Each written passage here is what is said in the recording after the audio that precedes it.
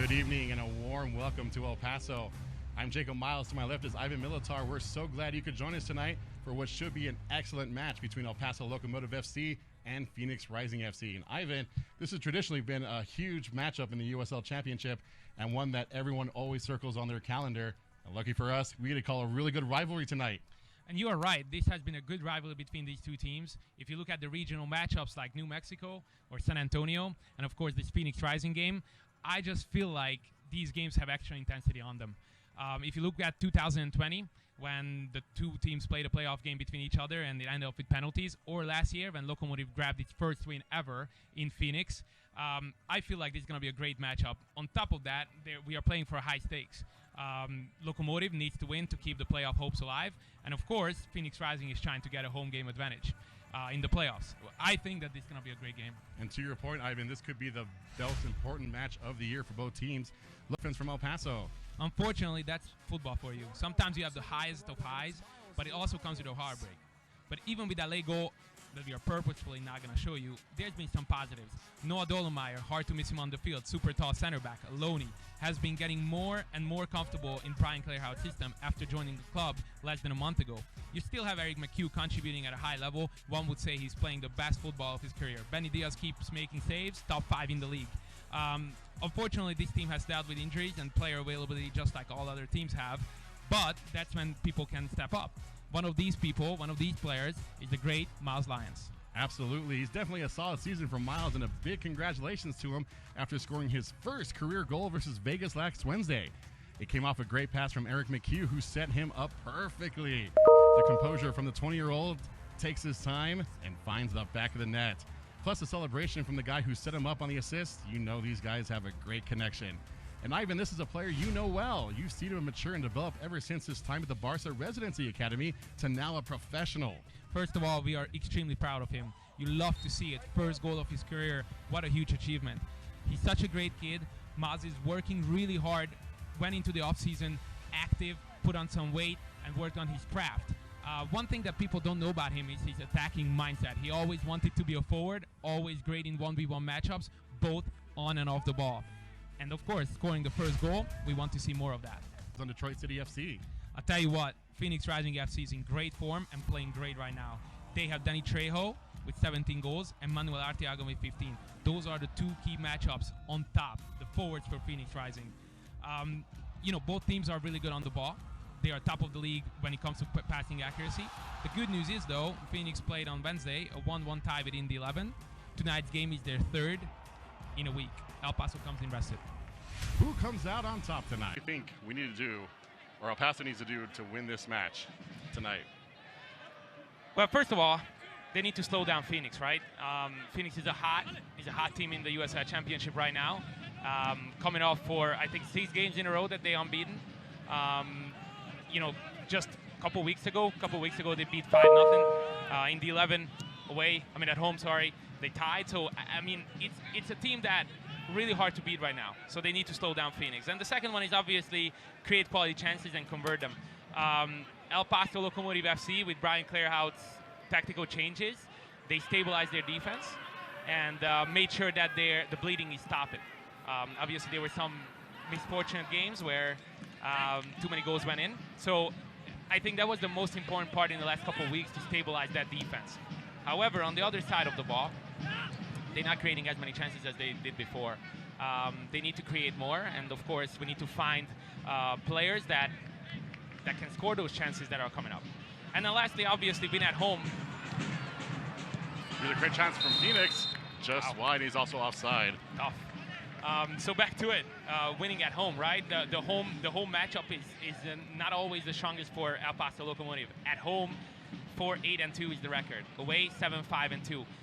I contribute that to mostly because we like to counterattack a little bit. Yes, we are good on the ball and we have a high percentage of the ball possession, but what I've seen all year is that El Paso Locomotive creating the most chances and the best chances when they are on the run, when they're in the counter, winning the ball from the opponent and be as quick as possible with the players like Aaron Gomez or Petrovic.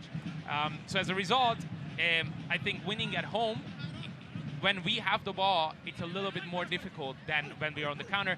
Maybe because Phoenix Rising is also very good with the ball. Maybe we can be in that comfortable situation where we can counter more. Do to get started early and to hit them straight out of the gate? I never forget when I played in college. I played at Old Dominion University, and there's a legendary head coach there, Alan Dawson, who is actually retiring this year.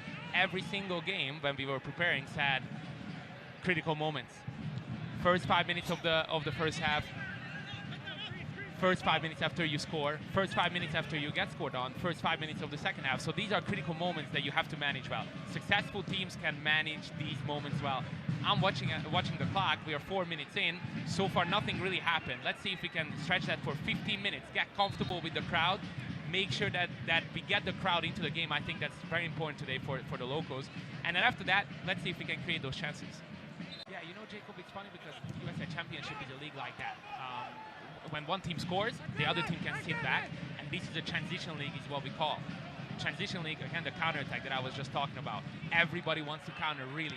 A lot of people and a lot of players and a lot of coaches say, no, we want to have the ball, but truly, they want to transition and they want to counter. As a result, whoever scores the first goal is at an advantage, because the other team now has to play on the opposition's half, have to defend big spaces, and have to play in small spaces, and that's really difficult, especially because, as I said, all the teams are comfortable sitting a little bit back and countering. A lot of possession football. Yeah, that's a good point, right?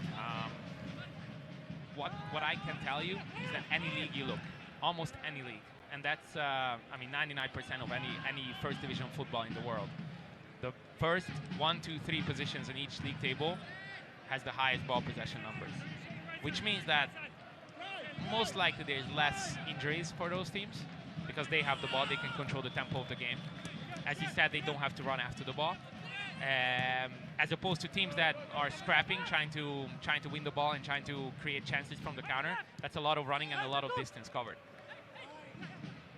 So yeah, answering your question, it is tired. Here's a promising attack for El Paso along the left side, trying to look for a cross inside, and he can't connect on that ball.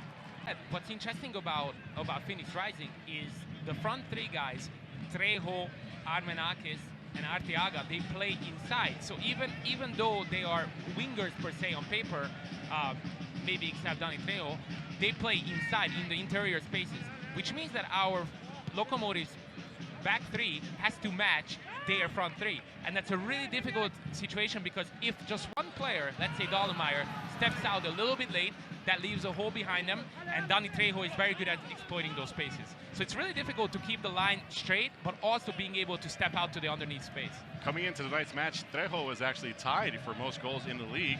Arteaga is not far behind in third, and Armenakis is leading in assists. So those three players just gel so well together, and it's a partner like that.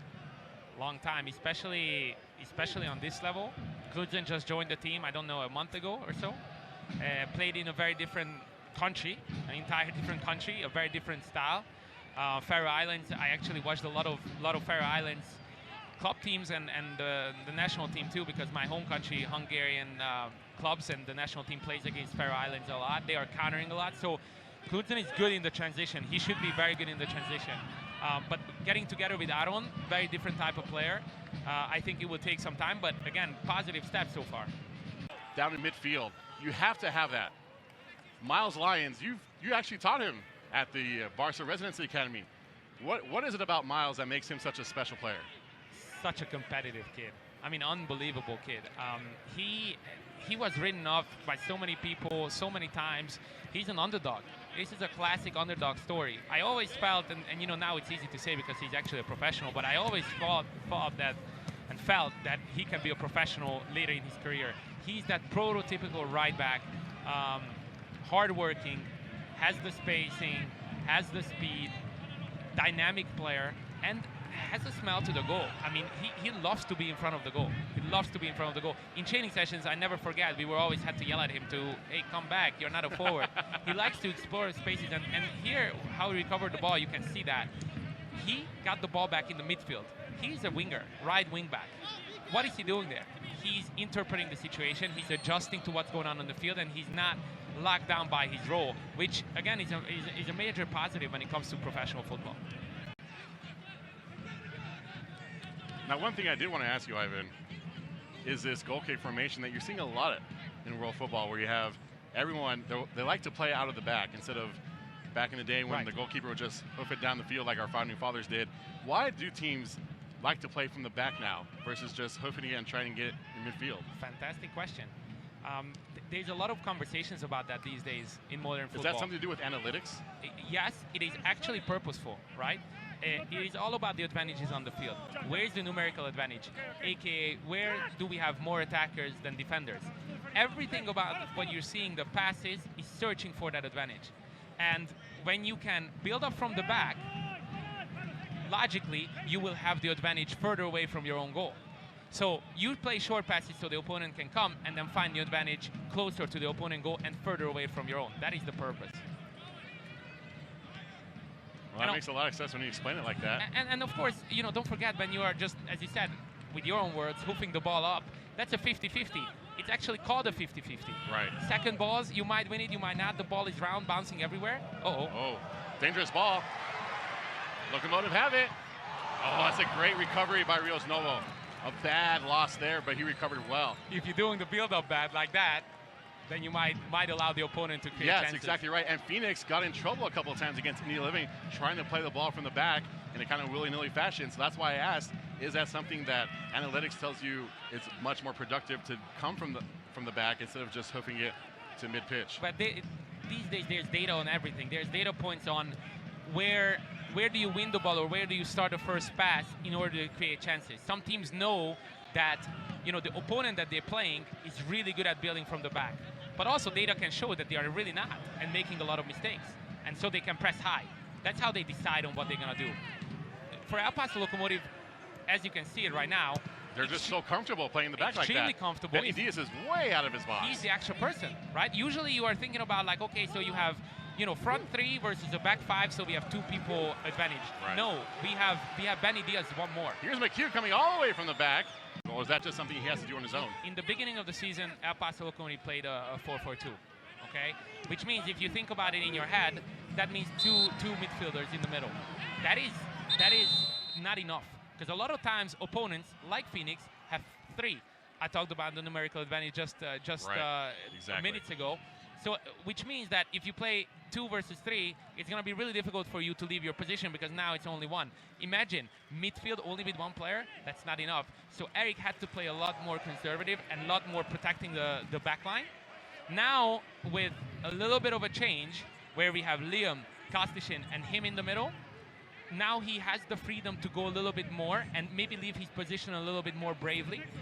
Which allows, again, because he knows he has that coverage behind him. 100%. Got it. It's more, the structure is more stable this way. Got it.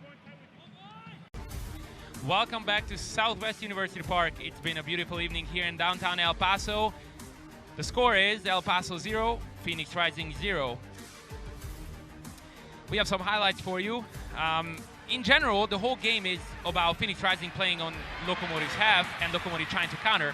Here, Knudsen and Aaron Gomez was able to connect together and trying to score that most important first goal. The second one is also in the same theme. Calvillo wins it in the midfield, passing it to Knudsen, who's unable to score. But these transitions were really successful for El Paso, and in the second half, they're looking to do more of that. Again, Calvillo on the left side. Petrovic had a lot of good cut-ins on that side of Phoenix Rising defense, and Calvillo wasn't able to score there, but again, great chances for El Paso in the transition. I want to see more from Knudsen and Aaron Gomez like this because they were able to connect together, and when they were, it was always something dangerous. And of course, Calvillo is great in open space.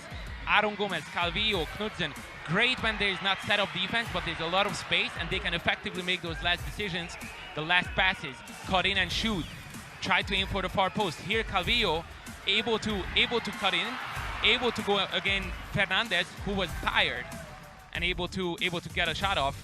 Next time, hopefully, it's gonna be a goal. Score is El Paso 0, Phoenix Rising 0. We'll be back. Now they're trying along the left side again. A lot of attack on the left side in that first 45. Trying again there in the second 45. And again, there's just no gaps that El Paso's giving up. And that's speculative, and that's going to be an easy pickup for Benny Diaz. Hit his head, maybe? Maybe head injury? That was awkward. They may have hit him in a never mind. rather unfortunate spot for male footballers. I always find it really weird that men tend to laugh at that injury. Yeah, even though it's one of the most painful things that we'll ever experience in our lifetime. And look at me, I'm smiling about it. Yeah, I really. You can't help but smile. I don't know why. It's just so painful. Yeah, you it feel is for the your worst. fellow man. The worst. Everyone pretty. No issues with Kostichin taking extra time. I'm not going to analyze the situation too deeply. I want to ask you, Ivan. However, I will say that every time it ricochets off of another body part, that's when it's tough. It's just not. That is not a fun time for Dennis. Let's see if he can recover quickly. I know I'd be out for about 2 hours if that happened to me. What are you trying to say, Jake? I'm trying to say that I am very fragile, extremely fragile. And that's why I'm up here in the booth with you tonight. I'm having so much fun. Are you having fun, Ivan? Yes, I'm having really a great time. Yeah, I really have. As long as we make our hype man laugh, then I think we're doing an acceptable job. They didn't fire us after halftime, so not yet. Not yet. They still have about half an hour to fire us if they want to, but so far we've actually not been kicked off the air. I mean, take a look at how he stays in position, doesn't go down on the ground. He stays and tries to be as big as possible. We call that the X-wing. Right off his shoulder. Arteaga, that was a great first touch to bring that ball down initially. And a shot, I think, was that a great shot, Ivan? He's not going to save tonight, I'll tell you that. He's not going to save. That's a big chance. The first big chance for Phoenix Rising. And now El Paso. That's a good ball out to the left side. He's going to try and cross it in. There's a cross. Oh, there! That's a goal! Adon Gomez! Get in, son! Yes! All alone, right in front of the box. Real Snowball was asking his defenders what happened. Ivan, I'm going to ask you what happened there. Petrovic 1v1 on the side. He's not cutting inside. He did it the whole first half when he was cutting inside in these moments. Not this time. Pam, shooting it across, and Adon Gomez. You asked for a Chicarito, you got one. Absolutely fantastic goal. Petrovic has been the most dangerous player for us, and Adon Gomez, right time, right place, 1-0 Locomotive. That was the killer instinct you were talking about earlier, having someone right there in front of goal, and it's exactly what Adon Gomez did. Petrovic with a great cross inside, a great run just to make that cross happen. And this time he didn't cut across on the inside, and he kept out to the left, and that do you think that confused the defense? Are you expecting him to cut through? 100%, and he did that one time in the first half, and almost the same thing happened, right? Adon Gomez hit the post on that one on the first half. Almost the same identical play.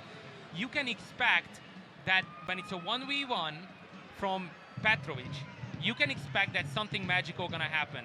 And if I'm Adon Gomez, I really love that idea when Petrovic has the ball 1v1. Now you can anticipate, now you can expect that the ball is gonna cross against the goal, and see if you can tap it in. And Adon Gomez, you know, I always think about him a lot because I think he's undervalued. I think he's underrated. He's unbelievable poacher, unbelievable forward inside of the box. David, let's go. Roll this. Good job. Benny Diaz. Arteaga all alone inside with a great first touch, and Benny Diaz with his shoulder, it looked like, with a GECU save of the game. Ivan, talk about that save. He stayed big. That's what they teach him. Coach JC, the goalkeeper coach for our team, that's what he teaches them. Stay as big as possible and not try not to go down on the ground. That's exactly what he did. That's a fantastic save. And again, the save of the game doesn't show it, but a minute or two later, 1-0 El Paso Locomotive. Big switch, no? Going 1-0 down or going 1-0 up? Again, we've been talking about it all night. When El Paso scores first, they're 9-4-0. When their opponents score first, they're 2-8-4. Similarly with Phoenix, when their opponents score first, they're 1-7-5. But when Phoenix score first, they're 11-1-4. That first goal is just so huge, and it could have completely shifted the balance and the momentum of this match had Benny Diaz not made that spectacular save. How do you, as a goalkeeper, just know that it's going to hurt and it could hit your face, it could hit your crown jewels? How do you just, in that mentality, say, I'm going to accept this pain, I'm just going to be as big as possible? That's what differentiates professional players from average players, I would say. Benny has to concentrate the entire game. Maybe there's going to be 15, 20, 25 minutes when nobody comes near his goal. Right. That one time they come. Offside flag up there again. They've been communicating and they've held that line all match long. Can they do it for another half hour? That's a great ball. Here comes a Paso Locomotive. It's all alone, 1v2. Oh, there's a shot for a penalty, but the referee says no, sir. Ivan, what do you think about that? Do you think that was a penalty? No. I agree with you. Kudrin lost his balance even before. Right. He fell on the ball. That hurts. He lost the balance, you see. Yeah, Traore comes in. Exactly. Yeah, very clean. Here, actually, yeah, now, I will say that the last piece was very unnecessary by Traore. He really didn't need. If you take a look at it, I don't know if you're gonna take a look at it again, but at the last second, he shoves him a little bit even more. So not here. This is clean. So that was the first and then big as one. he's falling, now that was not needed. That was not needed. I don't think that Knudsen was just happened to be falling into him and Traore was just walking in his normal it's not penalty, but Traore knew what he was doing. He pushed him one extra a little bit. Now this is interesting, right? Because Knudsen outside of the field, so the game can go on. But Knudsen's still behind the goal line, way at the opposite end of the pitch right now.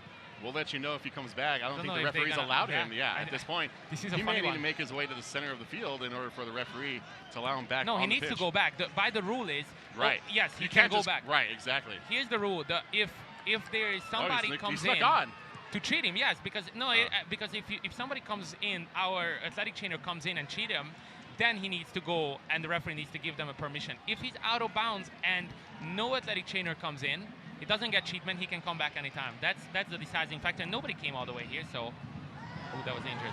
That was. By the way, Oakland Roots and Monterey Bay 1-1 right now, and with El Paso being up 1-0, 7th place on the table. That's a playoff spot. Now that's huge, but that's something that. Do you want to tell your team, or are you just keeping that information from them? Oh, definitely not telling them. Got it. Definitely not. Also, you actually learned a lot about Armenakis in your preparation for this match. As El Paso trying to get the ball in midfield. What did you learn, Ivan? Yeah, I have a site. It's called Backheel.com. But that's a good ball from Sanupan! Oh, can't get there in time. Backheel is a magazine that is dealing with American soccer. My good friend Joseph Lowry is one of the writers there. And they wrote an article about the players in the USL Championship that MLS should be looking at, right, to buy. And Armenakis was one of them. And when I looked into him, I found out that he's a Udinese product. Udinese Calcio is a Serie A team in Italy, and he played in their academy U17, U19. And Udinese is known to have one of the best scouting networks in the world. I mean, players like Alexis Sanchez, people that follow soccer, they know Arsenal and Barcelona, and Inter Milan later on. And I mean, a fantastic player from Chile. Or the latest one, if somebody's a Spurs fan, Tottenham Spurs fan, Destiny Udogi, who is a Nigerian-Italian left back, all coming from Udinese because the scouting network is so good. So if you are, oh, that's a dangerous ball. Benny Diaz! Oh, that was really dangerous. Arteaga before he comes out, that should have been a goal. Wow, his last two chances of the match before he gets subbed out. He was the one that hit it into Benny Diaz as well. He's being replaced by Emil Cuello. And here's that replay. Wow. That's got to raise alarm flags for El Paso. 100%. So back to Armenakis. He's from a club, Udinese, that is known for scouting players. And he was one of by The Guardian put together a list when he was younger, one of the top 100 talent of the world at some point. And then it didn't work out. He was in Belgium, he was in Greece, and Loudoun United found him. And Loudoun United this year, he played, I think, 13 games or something for them, and Phoenix Rising said, oh, we want the best technical player, the most technical player in the league, and they got him. And since then, he's doing really well for them. It's going to be a great match to watch. Generally speaking, though, the Western Conference is stronger than the Eastern, so El Paso shouldn't be scared of any of it, especially after a good result today. Oh, no! A last-minute goal from Phoenix out of nothing! Darius Formella opened up. And with 4 minutes of additional time, it's heartbreak for El Paso. The traveling fans from Phoenix can't believe it. It looked like offside to me a little bit. I'm not gonna lie. That very much looks like an offside position for me. We are not in line. Just a feeling. Let's see it. I'm almost 100%. I see what you see. I see. Yeah. Especially again, no VAR, so we're not gonna be able to tell. But because he was leaning in, I'm almost 100% that was offside. That was a beautiful finish, though. Absolutely stunning from Formella. Can El Paso get the match back in their favor? 1-1 in the 91st minute. I think Ivan, you said it early on in the match. He's definitely the Estrella Jalisco man of the match. Let's take a look at the full-time match stats. And that's just, you can just sense the frustration. 2 shots on target for Phoenix Rising, and one of those was the equalizer in the 90th minute. Yeah, I think that El Paso should be proud of the performance that they put on. Phoenix Rising should feel lucky. But if we are going back tomorrow and sitting down in a calm room next to a coffee and thinking about the game and looking at the stats and looking at the chances, I think that both teams, you will say it was a 1-1 kind of game. I'm looking at the expected goals. We talked about it all game. 138 for El Paso, 147 for Phoenix Rising, very close. I think that at home against a very good Phoenix Rising team, if we would have said before the game it's going to be 1-1, we would have accepted it. This way, however, I'm not sure. And if it would have been the other way around, if Phoenix had scored first and then El Paso equalized late on, would you be euphoric with that 1 point? How do you, as a coach, how do you instill that in your players, saying that it's 1-1? Yeah, I think it's difficult for Brian right now. I know it for a fact. As a coach, I know the feeling. I feel for them. There's still games left, and let's hope that we can make that playoffs push. Absolutely. Fans, we hope you enjoyed this match as much as we did calling it. Ivan Militar, well, thank you so much for being an amazing broadcast partner. From all our people in the production room, including Juan Gutierrez, our producer and director, David Concha, our replay expert, Tepeda, our technical director, Chris Kinane, our amazing audio guy, Hector, I'm sure he did something cool, and Gage Freeman, he does so much work and he gets no credit for it. I love you guys so much. Ivan, again, thank you so much. 1-1 El Paso and Phoenix Rising draw, and we'll see you back here next week for more exciting Locomotives football.